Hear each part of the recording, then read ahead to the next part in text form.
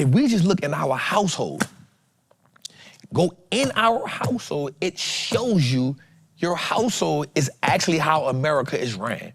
For every one thing you got in your house from America, at least 5 other things are from China or Indonesia or India or Pakistan. You know why? Because the luxury of being in America is everybody wants to sell these stuff now. So you ask yourself, Trap, well, China needs us. No. It's a luxury to have that American dollar. In 1971, when I was a young clerk on the floor of the New York Stock Exchange, the United States ran out of money and defaulted on its debts. That's right, the U.S. ran out of money. How?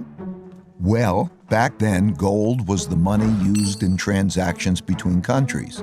Paper money, like the dollar, was like checks in a checkbook in that it had no value other than it could be exchanged for gold, which was the real money. At the time, the United States was spending a lot more money than it was earning by writing a lot more of these paper money checks than it had gold in the bank to exchange for them. As people turned these checks into the bank for gold money, the amount of gold in the U.S. started to dwindle. It soon became obvious that the U.S. couldn't keep its promises for all the existing paper money, so people holding dollars rushed to exchange them before the gold ran out.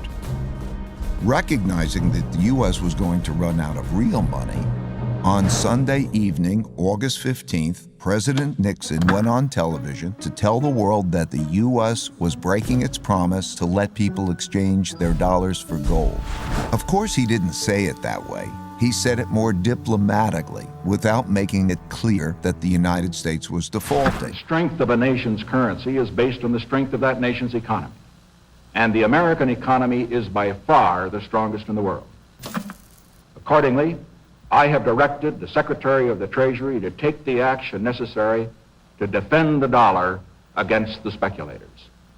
I have directed Secretary Connally to suspend temporarily the convertibility of the dollar into gold or other reserve assets, except in amounts and conditions determined to be in the interest of monetary stability and in the best interest of the United States. I watched in awe, realizing that money as we understood it was ending. What a crisis. I expected the stock market to plunge the next day, so I got on the exchange floor early to prepare. When the opening bell rang, pandemonium broke out, but not the kind I expected. The market was up, way up, and went on to rise nearly 25%. That surprised me, because I never experienced a currency devaluation before. When I dug into history, I discovered that the exact same thing happened in 1933 and had the exact same effect. Then, paper dollars were also linked to gold, which the U.S. was running out of because it was spending more paper money checks than it had gold to exchange for them. So one of the things we know for sure is that we no longer have dollars backed by gold. Dollars down, get printed, which is how we got bailed out before, which is how one of the ways we get into this $37 trillion deficit. And so now one of the biggest issues for every president now is, hey, we got to bring that deficit down. We got to get from $37 trillion because it's not sustainable. Okay, the reason why I'm talking about that is because America actually makes a lot of money. But because we spend so much money and because we don't, I want to make sure I say this the right way. America imports more goods than it exports, right? So we spend more money getting stuff from people than people spend getting stuff from us, right? But because we became the dominant country, we also set ourselves everywhere, right? We got ourselves everywhere. We kind of like spread ourselves thin. And we got to pay for a lot of stuff, right? And so then what we start doing is, because we don't have the actual gold to back up what we do, the next thing we do is we now put out bonds and we let other countries give us money because they're betting that our economy is going to keep growing. We do have the largest economy in the world when it comes to money spent and what we consume, and like nobody does it like we do. But that's also the luxury of being in America. One of the things about being in America is, you think about this right now, I get the average person going in your house right now, you probably are at a 4-to-1 or 5-to-1 deficit when it comes to things made in America and things made outside of America in your house. From just go to the list and say, okay, this sofa, where it come from? My bed, where it come from? My mattress, where it came from? My pillow, where it came from? My sheets, where they came from? My toothbrush, where it came from? My tennis shoes, where did it come from? My t-shirts, where did it come from? My socks, where did it come from? My ceiling fan, where did it come from? My air conditioner, where did it come from? My toothpaste, where did the container come from? Let me go inside of my car. Where did my car, not just the car, but the engine, watch this, the Cadillac converter, you know? You know what I'm saying? Like my table, my stools, my towels, you know, my soap, right? Like, where did it come from? And here's what I tell people all the time. Only 10 to 15% of the things that's in America are American built and American made.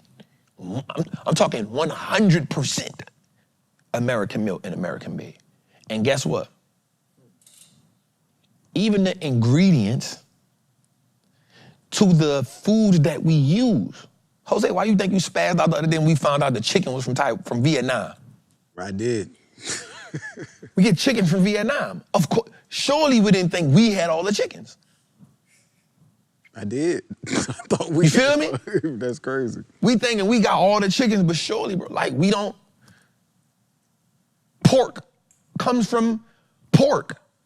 We getting it from China. We getting it from Vietnam. We don't even get a lot of stuff from America. Even the stuff that we eat. Which was why I used to love Chipotle so much as a brand, because their food came from local farmers. It wasn't just something they said, it was what they did. They put stores in certain locations and they got the food. They made deals with local farmers and got the food. That's why it's good to go to your local, which is why I like Sprouts and Casey's and stuff like that. But we think about it from that perspective, bro. If we just look in our household, go in our household, it shows you your household is actually how America is ran. For every one thing you got in your house from America, at least 5 other things are from China or Indonesia or India or Pakistan. You know why? Because the luxury of being in America is everybody wants to sell these stuff now. So you ask yourself, Trap, well, China needs us. No. It's a luxury to have that American dollar because nobody spends. Okay, watch this. Watch this. American country, I forgot what episode I said this on. The people follow the leadership. The American leadership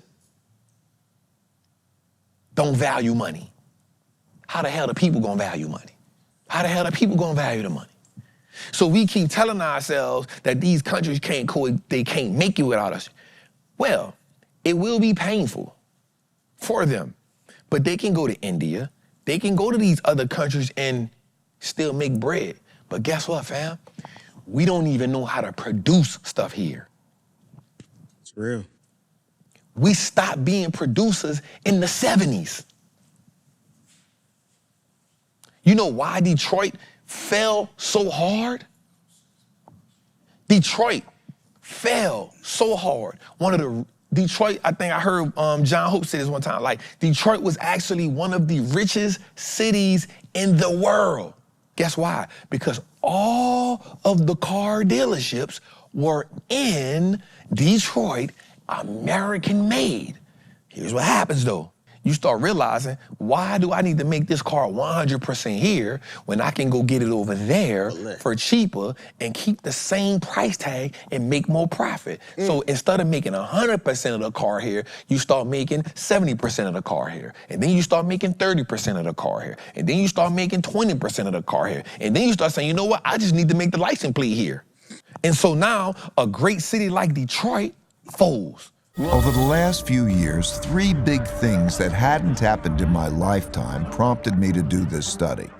First, countries didn't have enough money to pay their debts, even after lowering interest rates to 0, so their central banks began printing lots of money to do so.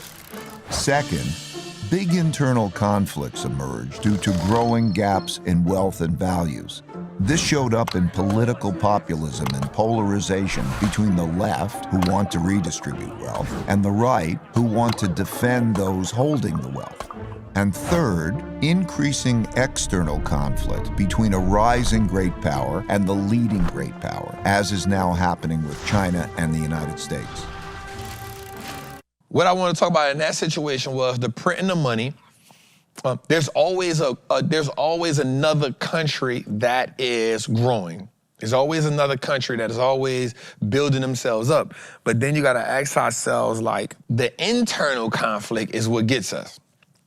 So one thing about democracy is democracy gives everybody a voice. I'm not against democracy, but what happens is the leaders of the country, it becomes bad when the leaders of the country can't sit down and say, hey, let's put our differences aside to make the country move forward, right? And again, I'm not saying like I know it all at all. I don't know it all, yo. But what happens is when you get presented with situations, the thing that you're supposed to do is educate yourself. You're supposed to educate yourself not just on the pros, but educate yourselves on the cons. I 100% believe that we need to have manufacturing in America if we are going to stay great, but I think there's a way to go about doing it. As you can see, better education typically leads to increased innovation and technology development, and with a lag, the establishment of the currency as a reserve currency. You can also see that these forces then declined in a similar order, reinforcing each other's decline. Let's now look at the typical sequence of events going on inside a country that produces these rises and declines.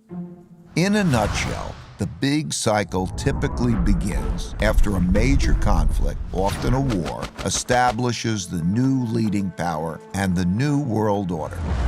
Because no one wants to challenge this power, a period of peace and prosperity typically follows. As people get used to this peace and prosperity, they increasingly bet on it continuing. They borrow money to do that, which eventually leads to a financial bubble. The empire's share of trade grows, and when most transactions are conducted in its currency, it becomes a reserve currency, which leads to even more borrowing. At the same time, this increased prosperity distributes wealth unevenly, so the wealth gap typically grows between the rich haves and the poor have-nots. Eventually, the financial bubble bursts, which leads to the printing of money and increased internal conflict between the rich and the poor, which leads to some form of revolution to redistribute wealth. This can happen peacefully or as a civil war. While the empire struggles with this internal conflict, its power diminishes relative to external rival powers on the rise. When a new rising power gets strong enough to compete with the dominant power that is having domestic breakdowns, external conflicts, most typically wars, take place. Out of these internal and external wars come new winners and losers. Then the winners get together to create the new world order, and the cycle begins again. This doesn't have to happen all of a sudden. And when you look at this, it doesn't, I'm not essentially saying that, this is about to be the fall of America. I'm not saying that at all. But I just thought it was interesting. I think I read this book maybe during the pandemic, I think. I think he dropped Principles, then he dropped this. I read during the pandemic, right? Really good, but Ray went on a spree when he dropped this one here. I just think that it's important for us to look at the market and understand the market, but I also think it's important for us to understand the consequences. Now, none of us can change what's going on right now. but I also think that we can prepare. You know, I'll just be real. And if it doesn't happen, then you just became better. But I think the first thing you should be doing now is figuring out how much. I think you need to be taking a percentage of what you're making right now and preparing for the short-term pain. I don't think between now, and I'm gonna be honest with y'all, yo. I think between now and the end of, the summer, at least between now and summer, I don't think you should go on no trips. I don't think you should do no vacations. I think all excess spending should come down to a minimum. My girl did something real dope the other day. She texted me this app called Rocket Money. You know about that, B? She was like, babe, I hear you talking about such and such, get on here. I was like, man, I ain't put my shoe. Like, babe, get on there. I was like, all right. And I just saw stuff went to ringing up. I was like, wait, hold a minute. Why the hell QuickBooks charging me 3 different times? What the hell? 300, 200, 100. How the hell they get $600 a month out of me? Now let me get that. And so I think, and I don't get nothing for that, but fellas, and women, one thing they gonna do, you know what I'm saying? So, Rocket Money. Go see where you can save some money at, because we don't know all the money that we using. You know what I'm saying? I think that, I'll be honest, this is my personal opinion. If you were going to buy a house between now and summer, I think you should wait till end of year. Just my personal opinion. Labor costs on wood about to go up because of what we doing with Canada. We get 60% of our wood from Canada. I think that we should just listen chill on the designer right now. Somebody said, Trap, I've been thinking about deleting that money because it make you look at all the money you be spending. We got bad financial hygiene.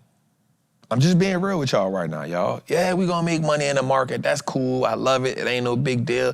But anything that's not helping you be educated on what's going on, anything that's not helping you, create another skill set like trading or something like that, or some type of skill set, I don't think you should do it right now, right? Because we looking at, the problem with us is, y'all, like, we can look at a disaster happening right before our eyes, and for some reason we think it don't affect us until we affect it, and then we wonder how the hell we got there.